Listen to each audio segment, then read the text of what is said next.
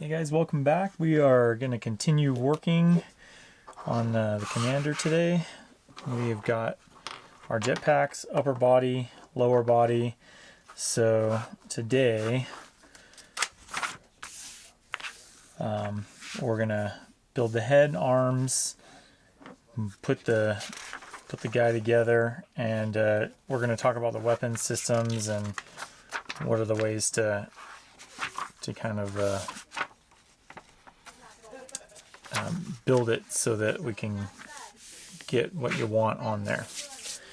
All right.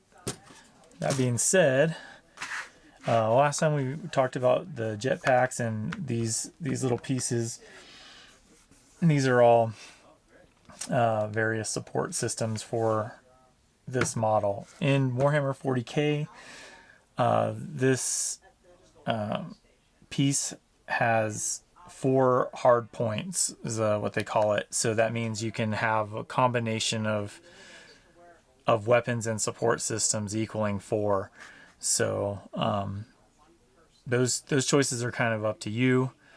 A lot of people like to magnetize because that gives them a lot of options for how you want to deploy the unit and use it in in your games.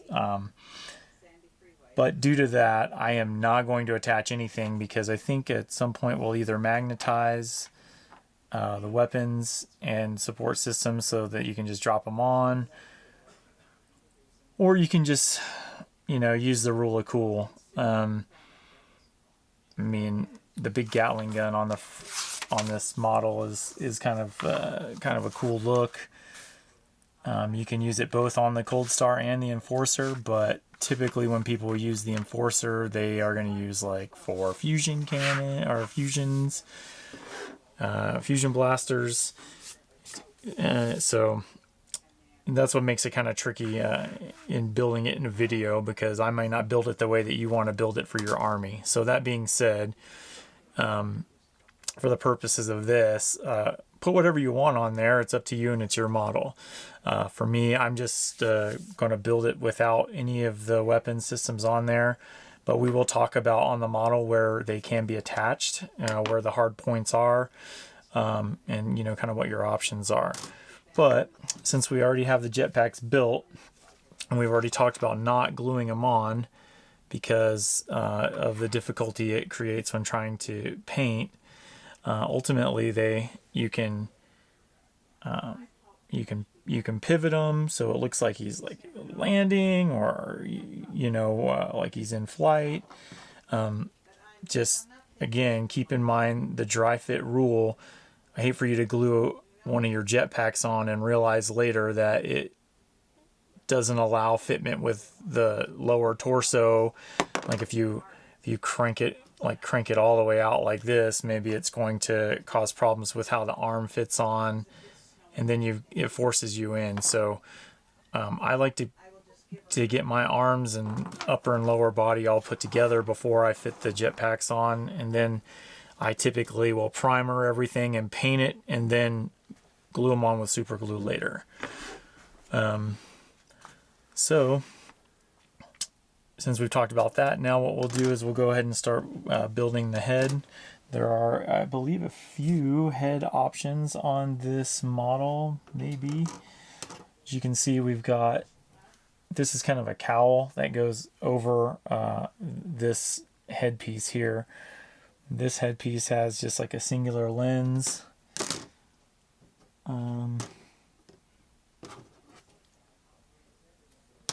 Just trying to check. I mean, I know the Riptide model had like 3 heads. Looks like this one's just got one head part and then the 2 different cowls on it. So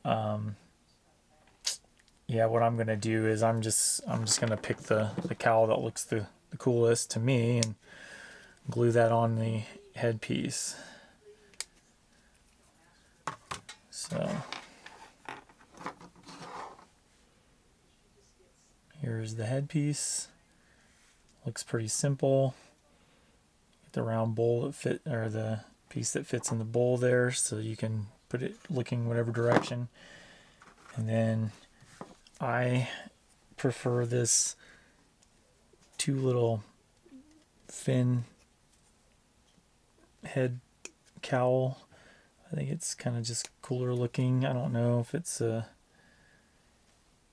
me liking Gundams or Transformers that are more like antennas and junk that you've got on robot looking models. The cooler they seem to be.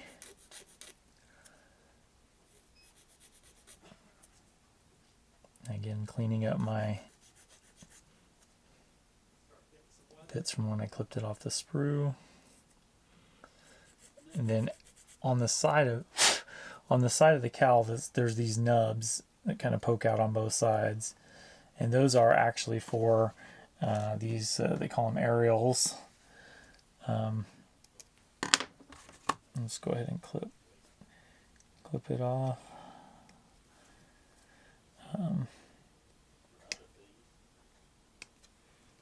And you can kind of see here that there's like a little notch on the back side where it will fit onto the side of there. And there are multiple aerials that we can attach.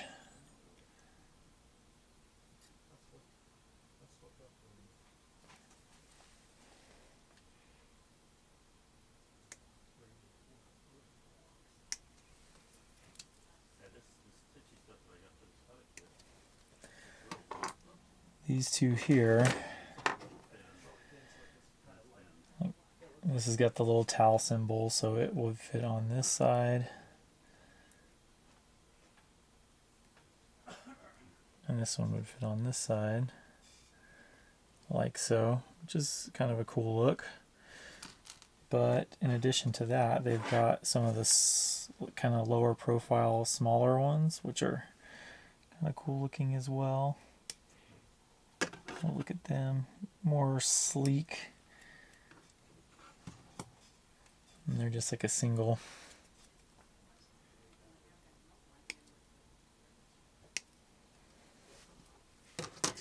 And it's the same type of a deal, like they just fit on either side.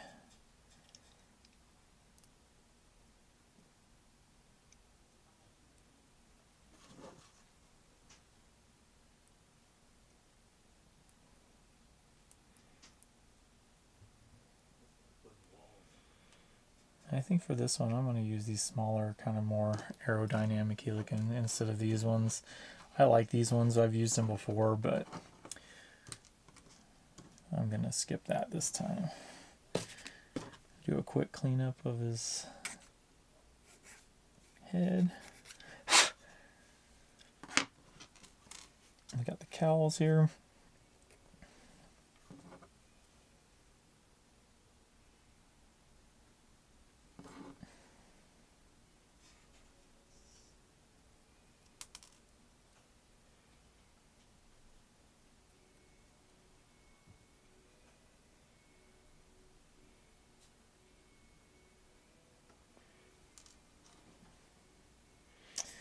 You know what, scratch that.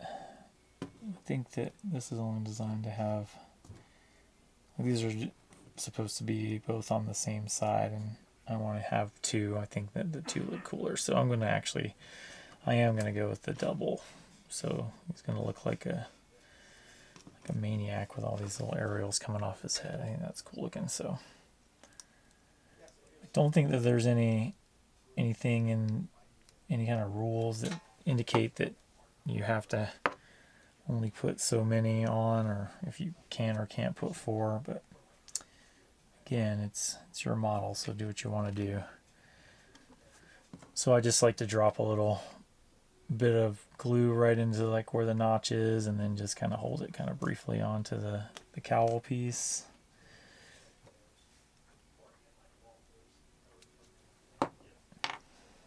That. But do be cognizant of the T'au emblem on this one. It can only go on this side, or else it will be upside down. So we don't want it to be upside down.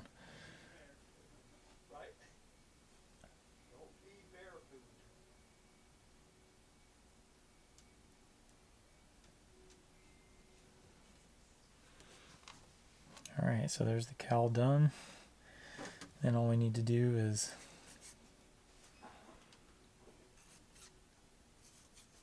you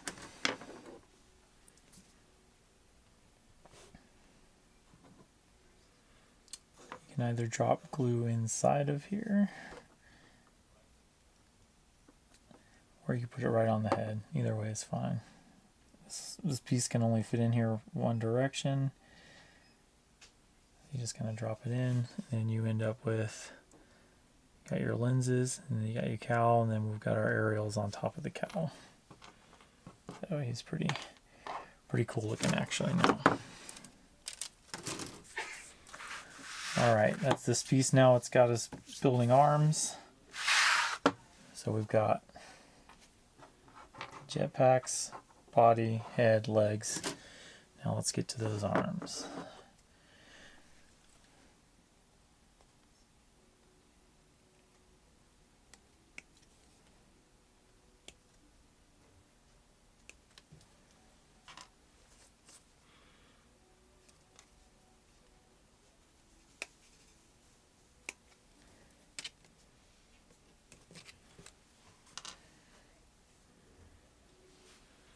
These are the actual forearms, and then these pieces here are the upper arm where they connect to the body. And then this model, unlike a lot of the other T'au models, except for our Riptide that we built, he's actually got hands, and you can see that he's got them kind of pointing hands and fists, which is one of the reasons that this model looks kind of cool. Most of the T'au models have like, well, that's his hand right there, these three little fingers kind of jammed into his forearm. But this has the pieces, these hand pieces that just kind of fit over that, like so, which makes them really kind of cool. And then on the bottom, like I was talking about before, there's this little notched out piece right here, and this piece is one of the hard points for the model, so you could connect weapons here. I've seen people put them off of here, flat against here, kind of coming out on the bottom. So that's just one of those hard points. So again, gonna dry fit, make sure I don't have two hands from the same side. And then these upper arm sections are kind of universal. Universal meaning you could use them on either arm. You would just, you know, only goes one way. So got that. And then I'm going to use this kind of open palm hand, not a fist. So I'll just clip that bit out.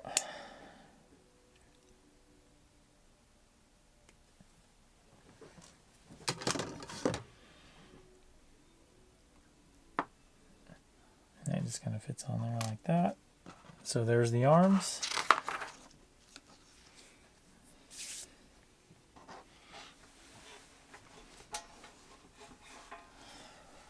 All right. I'll clean these up.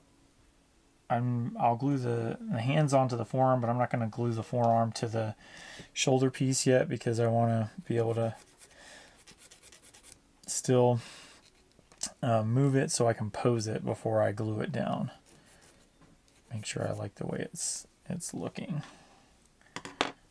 So.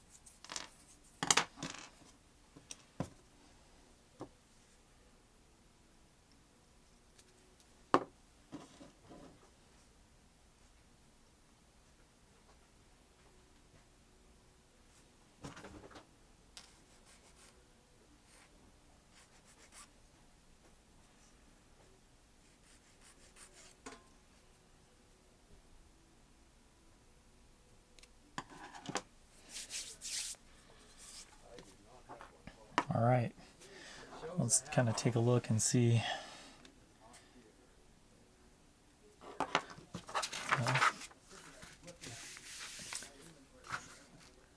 You can see head, arms, there is a shoulder piece, like a shoulder pad piece.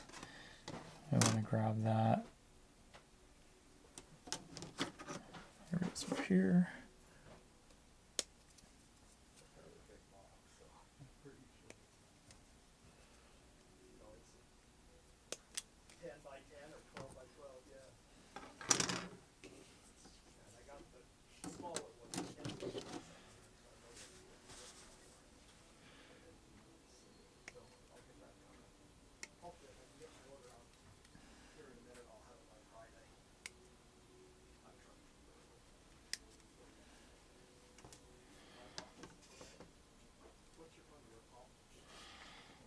And then the cockpit cover.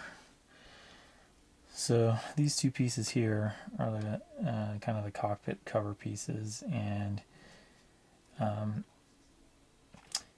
if this was a door and it opened, like this would kind of fold down on the front of the chest here, and that's how you kind of get in and out of this big battle suit. I am going to kind of go for the one that looks a little bit more beefy because this is an Enforcer, not a Cold Star. And the Enforcers tend to be a little bit tougher. So, we're going to clean that up, and then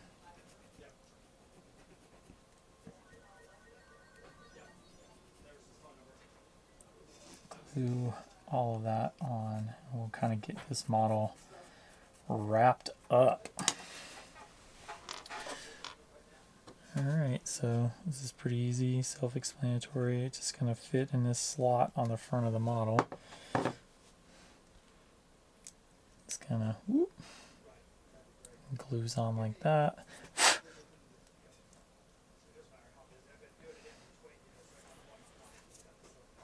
And then of course, just put some glue here where the head fits on.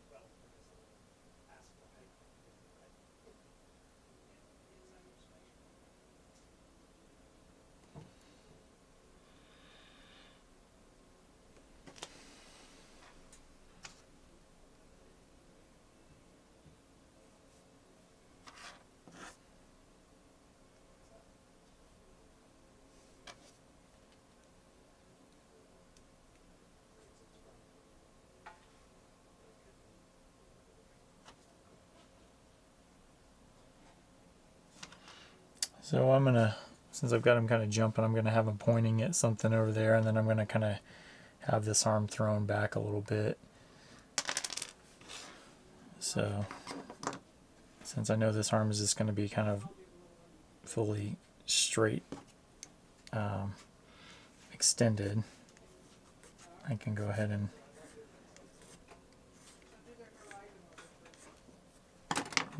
glue this on.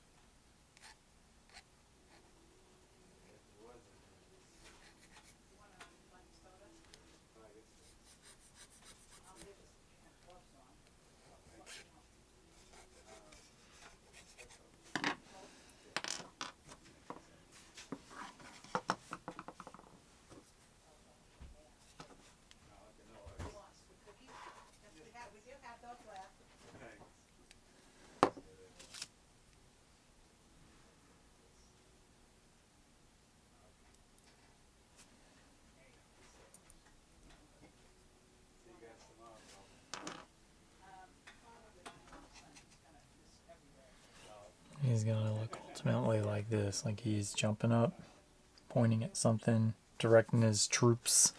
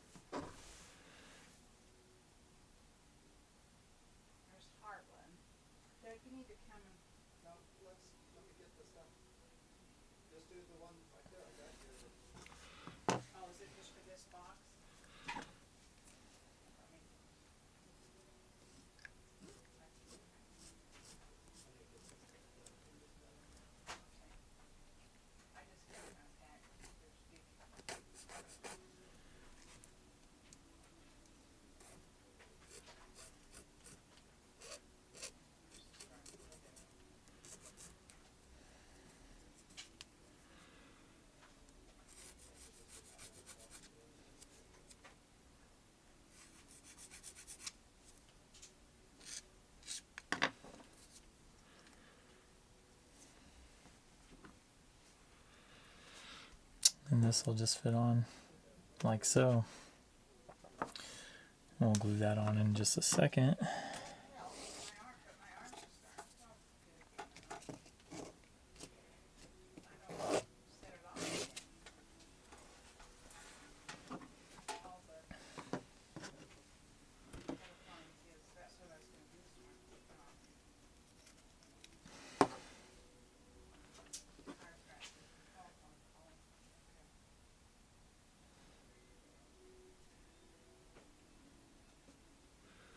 Now these will fit kind of flush down like this, but I kind of prefer to have them kind of riding a little bit off so that you can kind of see into that.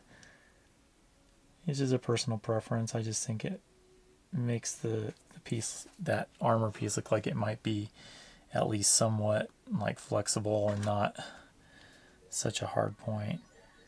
But and then the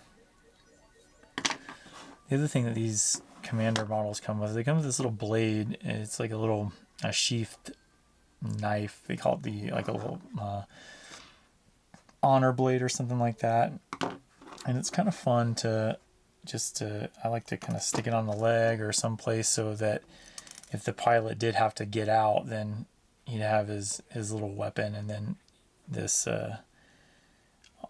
honor blade. It's kind of something only that the commanders of the army get. So I kind of always like to think that like a cavalry person that has a sword, it is still one of their viable weapons that they use, and so I like to kind of glue these on there too. So I'm going to glue that on, and then that'll be the last piece of the commander. Like I said before, as far as the weapon systems and so forth go, I mean, ultimately it's your army, so you kind of make those decisions. And we talked about in some of the Riptide videos kind of some of our different options for either magnetizing or using just other bits to kind of have the weapons be interchangeable. So now we've got our little blade on his leg there like that, and then we'll just kind of dry fit these engines on there, or these jetpacks, so you can kind of see ultimately what he looks like when he's complete.